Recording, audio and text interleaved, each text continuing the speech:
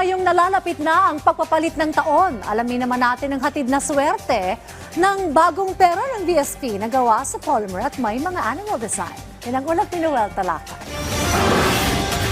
Tuwing sasapit ang bagong taon, nauuso ang feng shui.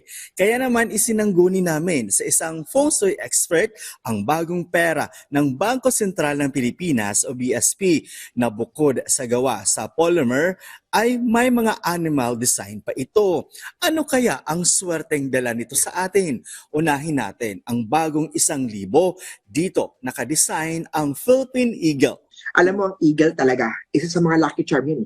Yung paglipad ng eagle natin ay nagdadala ng swerte. Sa bagong 500 pesos naman, mayroong Visayan Spotted Deer. Alam mo, ang deer ay swerte also.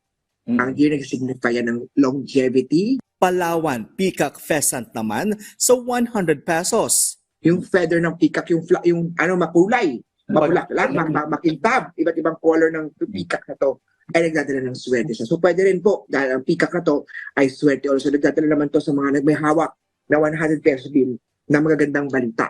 Nakalagay ang Visayan Leopard Cat sa bagong 50 pesos. Yung leopard na cat naman ay nagdadala naman po ay yung cat na to. Parang tiger yan eh. Nagdadala yan ng protection sa atin. Higit pa dyan, binigyan din ng BSP na smarter, cleaner at stronger ang bagong 4 na denomination polymer money ng bansa. Sa isang pahayag ng BSP, smarter dahil hindi madaling mapeke ang mga ito. Batay sa kanilang pag-aaral, isa lang sa 82 million copies ng 1,000 polymer money ang posibleng maging peke. Smarter din ito dahil mababa ang chance nito na makapag-contribute sa global warming. Ayon sa BSP, mas mahaba ang lifespan ng polymer money kaya mas mababawasan ang paggamit ng mga resources para sa paggawa nito tulad ng kuryente. Cleaner o mas malinis din ang polymer money ayon sa BSP dahil pwede itong mabasa kaya pwede rin itong ma-disinfect o masanitized.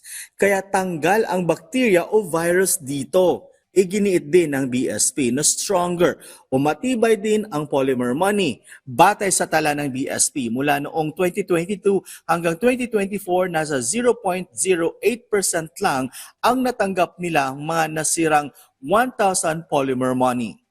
Ayon sa Bangko Sentral ng Pilipinas, nasa 40 bansa na ang gumagamit ng polymer money.